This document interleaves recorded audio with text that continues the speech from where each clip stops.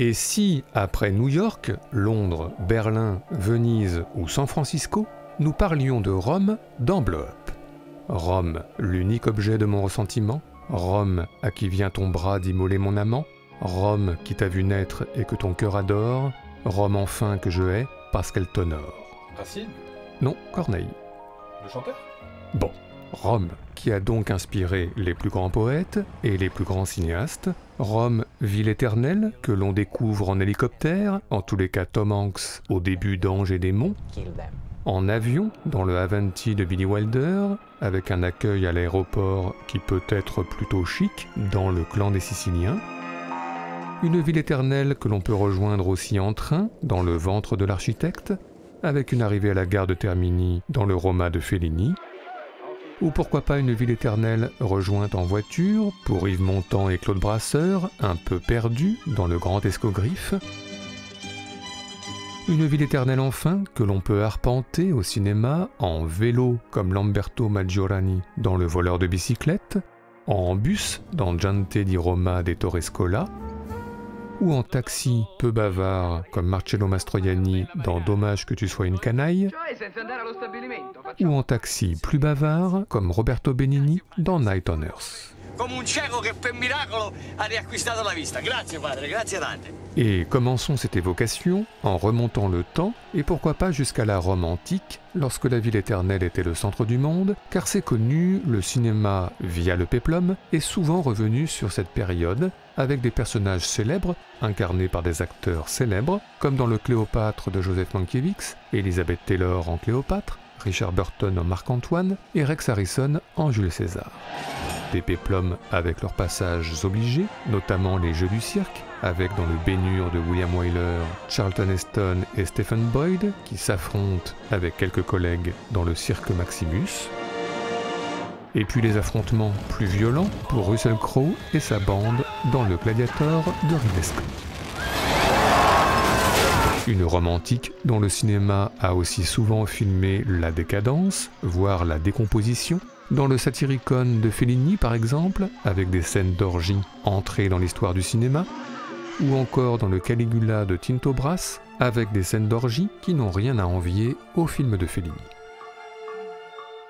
Mais encore, eh bien continuons dans l'histoire, mais en faisant un bond en avant, XXe siècle, années 30, la montée du fascisme en Italie et la rencontre à Rome entre Benito Mussolini et Adolf Hitler le 6 mai 1938, et toute la capitale dans les rues, sauf dans une journée particulière d'Ettore Scola, Sophia Loren et Marcello Mastroianni, cloîtrés dans un appartement, écoutant l'événement à la radio et passant vite à des choses plus réjouissantes au milieu des draps.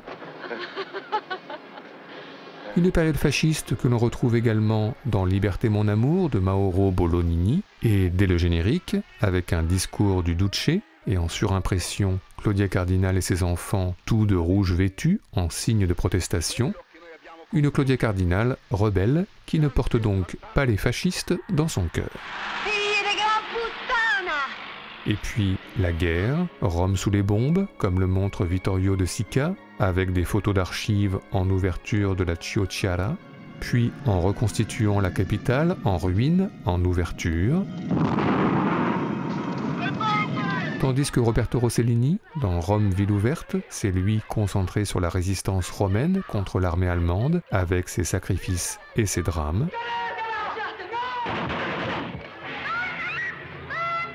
Du coup, après la guerre, Rome, ville en ruine, tente de renaître de ses cendres, et les cinéastes italiens s'en font l'écho en inventant le néoréalisme, avec la description quasi documentaire d'une ville en proie aux difficultés économiques et à la précarité, comme Vittorio de Sica, toujours lui, le montre dans Umberto D.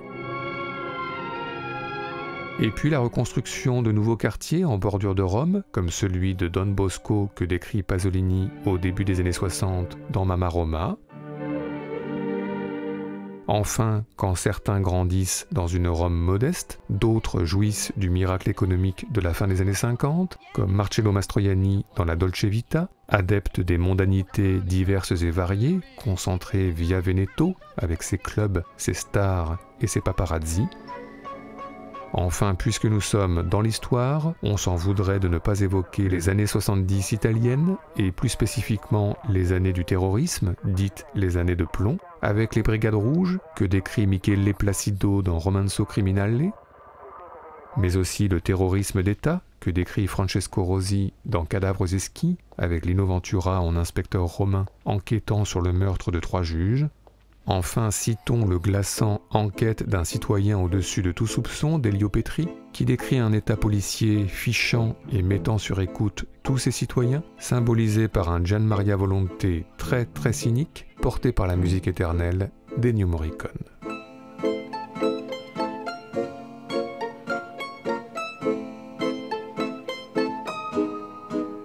Mais encore, eh bien les touristes, très très présents à Rome, alors pas forcément en plein mois d'août, comme le constatent Vittorio Gassman et Jean-Louis Trintignant en voiture dans Le Fanfaron, ou Nanni Moretti en Vespa dans Journal intime, mais des touristes tout le reste de l'année à Rome, qu'ils soient américains et plutôt en forme dans le Roma de Fellini, ou qu'ils soient japonais et moins en forme dans la Grande Bellezza.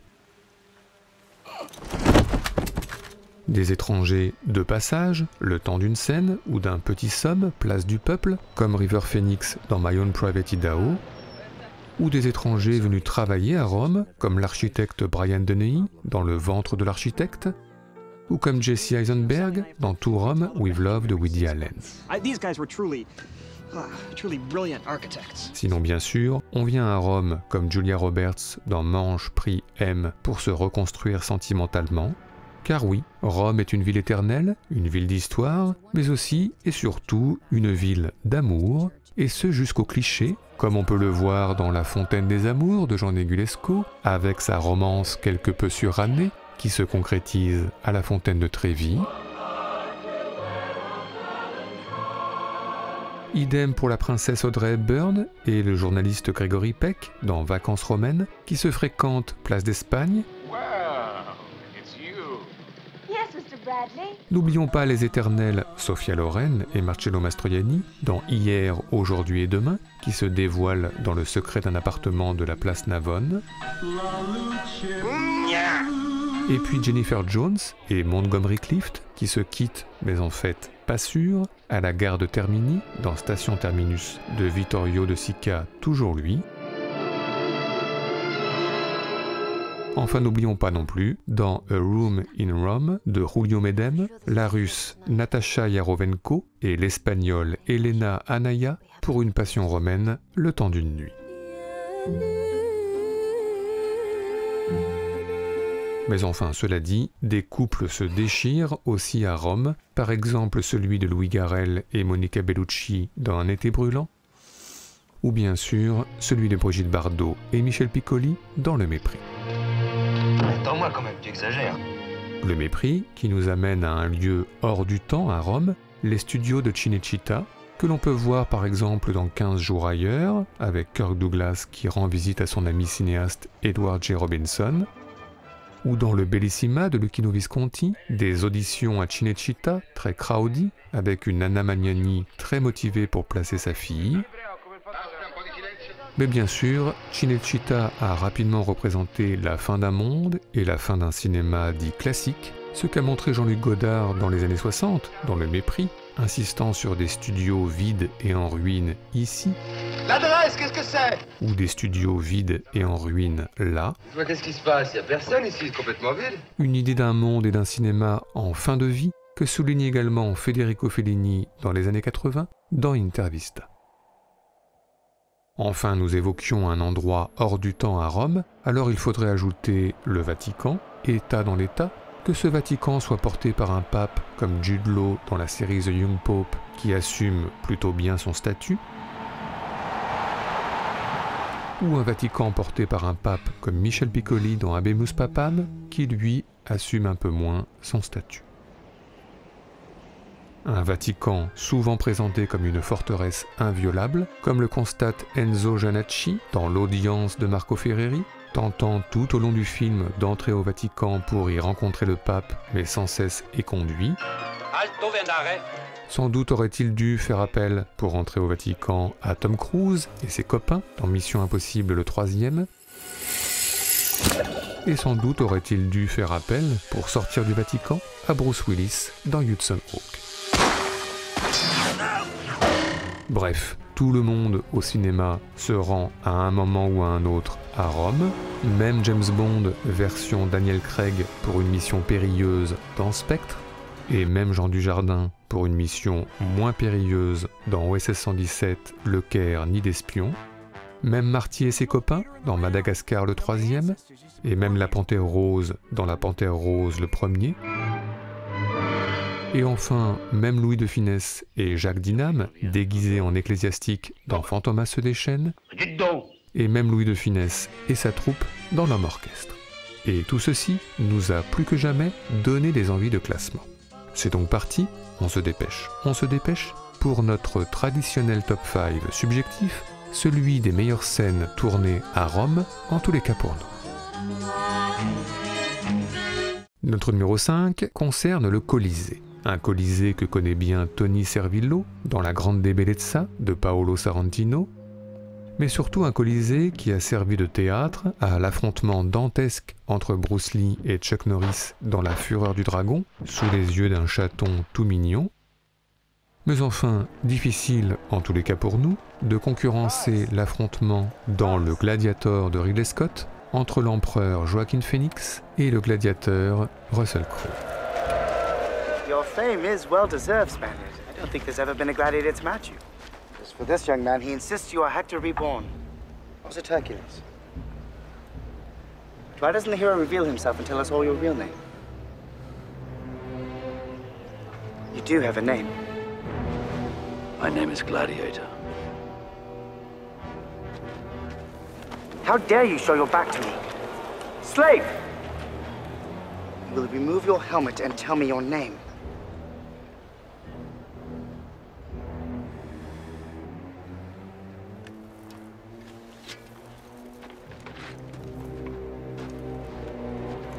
My name is Maximus Decimus Meridius, commander of the armies of the North, general of the Felix Legions, loyal servant to the true Emperor Marcus Aurelius, father to a murdered son, husband to a murdered wife, and I will have my vengeance in this life or the next.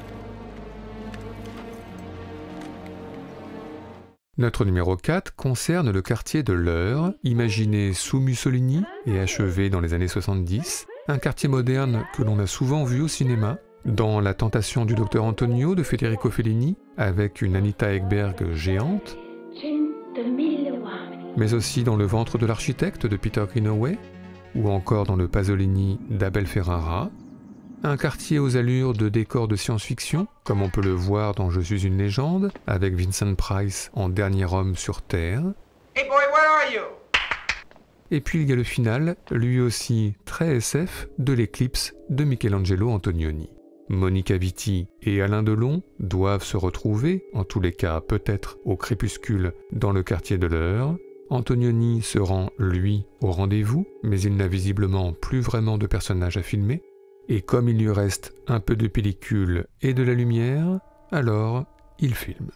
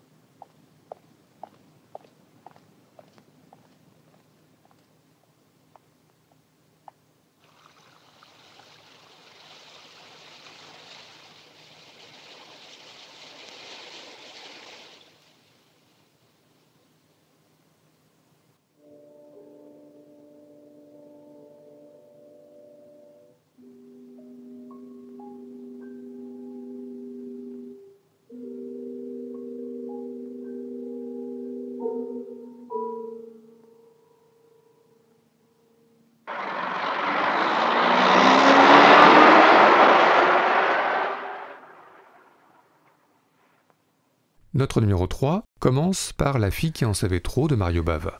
En 1963, le cinéaste italien filmait un meurtre impressionnant, place d'Espagne. Un meurtre nocturne, tout en verticalité.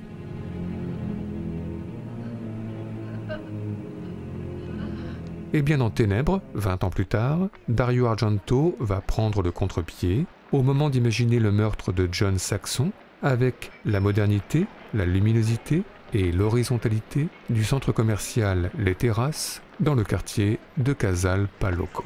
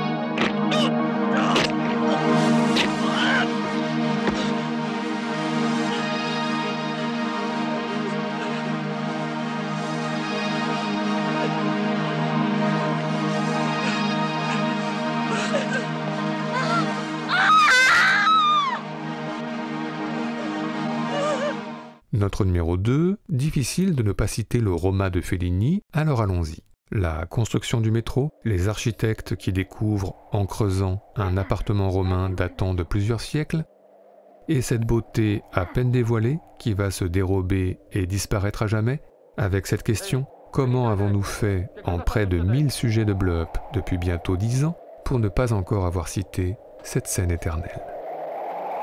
Gli affreschi stanno scomparendo! E l'aria esterna! E l'aria esterna! Michel! Michel! L'aria distrugge gli affreschi! No! Guardate che disastro! Michel! Che cosa si può fare? Dobbiamo fare qualcosa! Fate qualcosa!